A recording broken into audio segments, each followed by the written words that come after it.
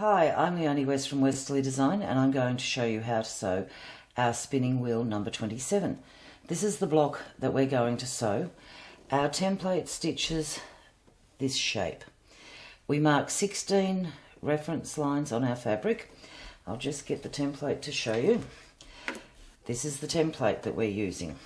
These reference lines are important because these are the ones that will line up with the lines that we have marked. The instructions come with the template, and inside I've given you a lovely diagram which shows you in colour where we're stitching from. So we sew 1 in red to 2. 2 is then sewn across and it's done in black. 3 is the next one we sew, and that's in green, and then 4 and blue, and so on. So that instruction shows you how this works. We're not sewing from one point to the next, we're actually doing a big sweep. So we've marked our reference lines. My thread is been brought up in the correct position. I have a locating pin in the centre of the block, and my template locks in over that locating pin. I'm going to sew from A to B. So we're just following the template, moving our fabric and template at the same time. When we get to the centre,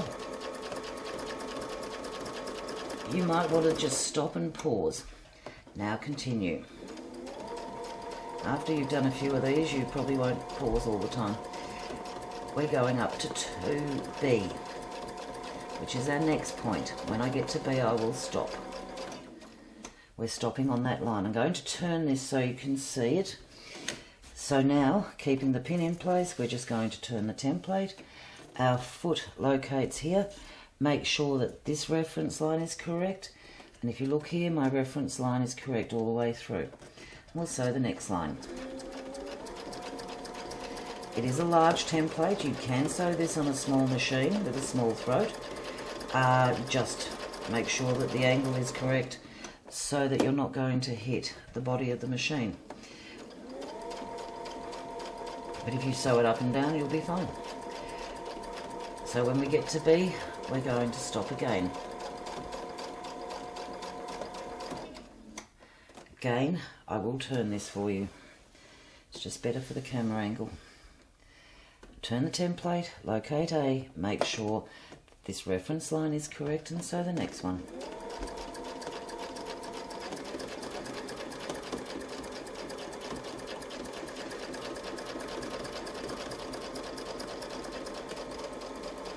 It does give you a really effective design.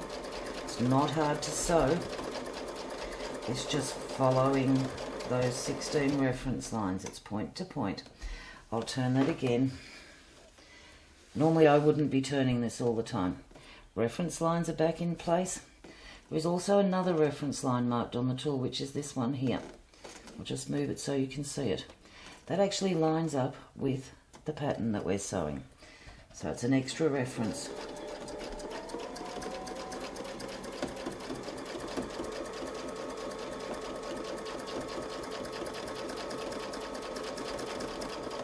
Because we have 16 rotations, 16 points to the outer edge, we're going to turn this 16 times.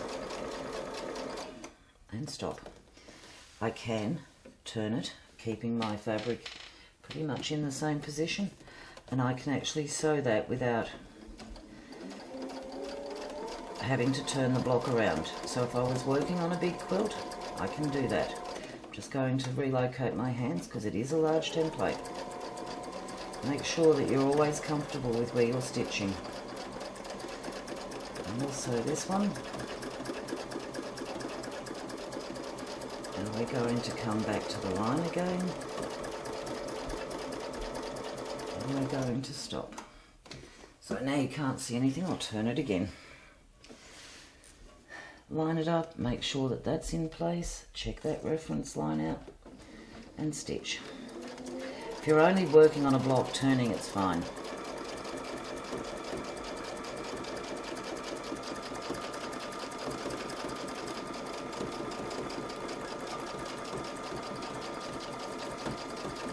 Because of the way I've designed the shape and the tool, You get a lot of crossover points, which gives you a lot of pretty patterns in your quilt.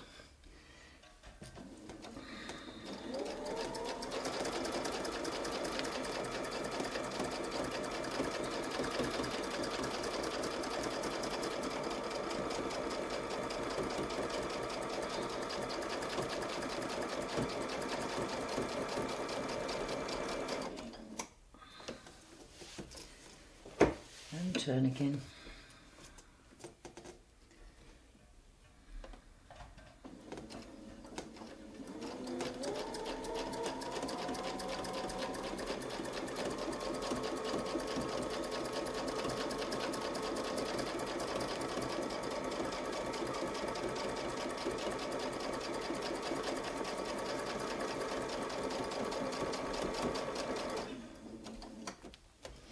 Once we've sewn the 16 lines, we'll actually come back to exactly where we started.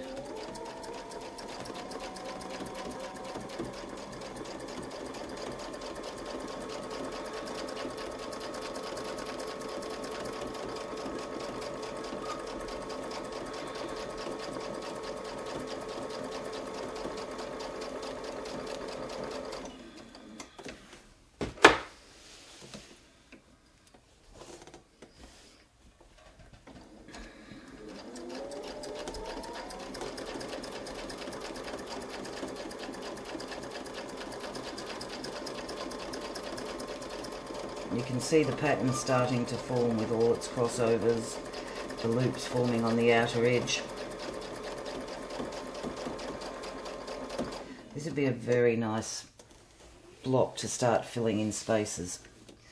We could fill in these ones, we could fill over the different crossovers, making sure that that reference line is in place again.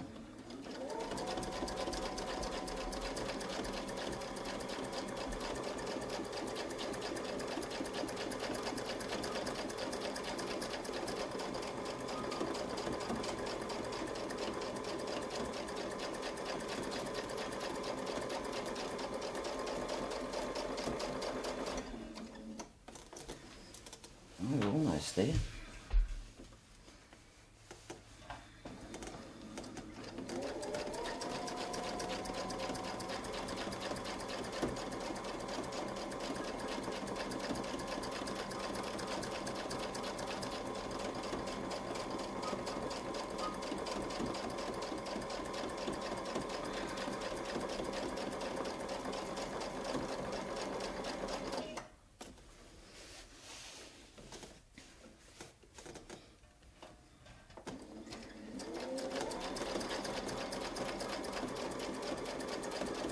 I think you can see how those 16 reference lines keeps me in the correct position, making it possible to do this.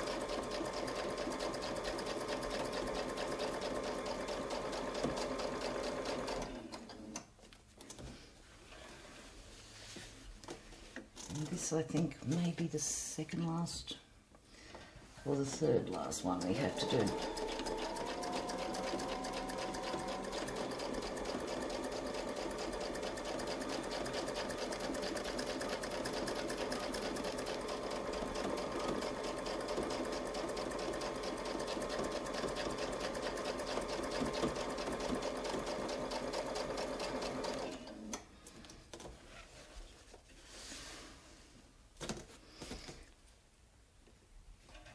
I actually don't mind rotating it for each turn, but on a big quilt you really wouldn't want to be doing all that turning.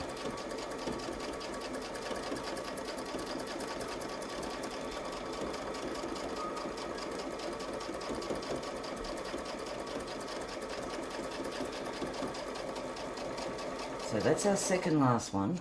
What we're going to do is now turn this, make sure that we're lined up again here. Remember, everything shrinks as we're quilted. So I want to make sure that that reference line just there is in line with my stitches. And my line is in place here.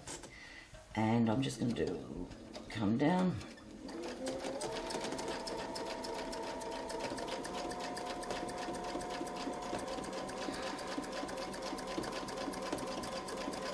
And we're going to sew back up to that last, or the first stitch that we just did.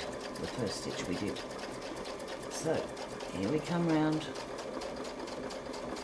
and we're ending in place. So that is our spinning wheel number 27. As I said, we could fill in these different spaces with different fills. We could fill out the top. We could put an echo into the top. Really pretty design, very easy to sew.